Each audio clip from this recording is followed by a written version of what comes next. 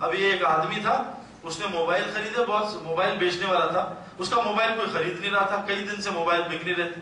ایک دن آئی فون خریدنے والا آدمی ہے, 5 آئی فون چاہیے تھے. اب اس نے ادھر ادھر فون کر کے آئی فون منگوائے, 5 آئی فون بیچے, 1 لاکھ کا فائدہ ہو گیا.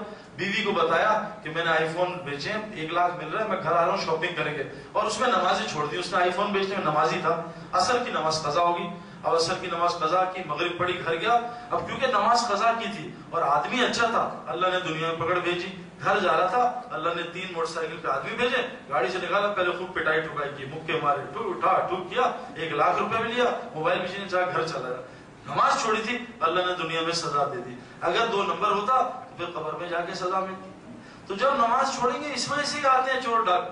آیت الکرسی گھر سے پڑھ کے نکلو, پھر دیکھو چور کبھی بھی قریب نہیں آئے. اب آیت الکرسی گھر میں دم کر دو, میرے گھر چور آئے, میرے گھر چور آئے, آدھا سیکشن میرے سسرال کا ہے, آدھا میرا ہے. اب میرے سیکشن سے چوروں نے کچھ بھی نہیں لیا, اب میں حیران پریشان, اور ادھر والے سیکشن سے کچھ اٹھا کے لے گئے 20-25 ہزار کی چیزیں. اب پتا چلا کہ ہمارے گھر سے کچھ بھی نہیں لیا. میں یونیورسٹی میں ایک جگہ گیا تو ایک ٹیچر نئی داڑھی رکھی ہوئی, بڑا 3 دن لگا. میں کہا سر آپ کیسے چینج ہوئے؟ کہا ہمارے والد صاحب بہت ملکوں کے سفر, میں پی ایچ ڈی کے چکر میں تبلیغ کھول گیا.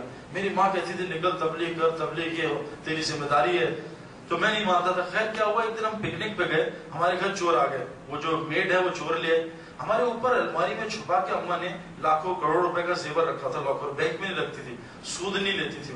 اور گھر میں کوئی تصویر نہیں, کوئی ٹی وی نہیں, کوئی ناچ گانے کا سامان نہیں, دوائیوں پہ بھی پین مارا ہوا, شکلیں غائب, کوئی تصویر نہیں. جس گھر میں تصویر اور کتا ہوتی ہے وہاں فرشتے نہیں آتے, وہاں فرشتے نہیں آتے. اب جناب چور آئے تو اماں آیت الکرسی پڑھ کے صدام کیا 3 دفعہ.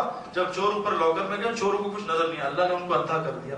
ہمارے گھر بھی چور آئے تھے, ان کو اللہ نے کچھ نظر نہیں آنے دے دیا. تو جس گھر میں آیت الکرسی پڑھی جاتی ہے, اگر صحیح پڑھی جائے کبھی چور نہیں آ سکتا. لیکن جس گھر میں ٹی وی ہوتا ہے اور انٹرنیٹ چلتا ہے خوب اور گانے بجانے, اس گھر میں آیت الکرسی کے بعد بھی چور آتے ہیں, اور خطرناک والے چور آتے ہیں جن کو آیت الکرسی سے بھی زیادہ آتا ہے. ہم تو صرف آیت الکرسی پڑھتے ہیں, وہ 1 پارہ حفظ کے ہوتے ہیں, وہ اس کا توڑ نکال کے بھی چوری کر لیتے ہیں.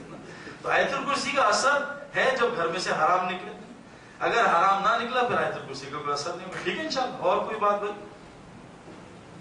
جی ٹھیک ہے.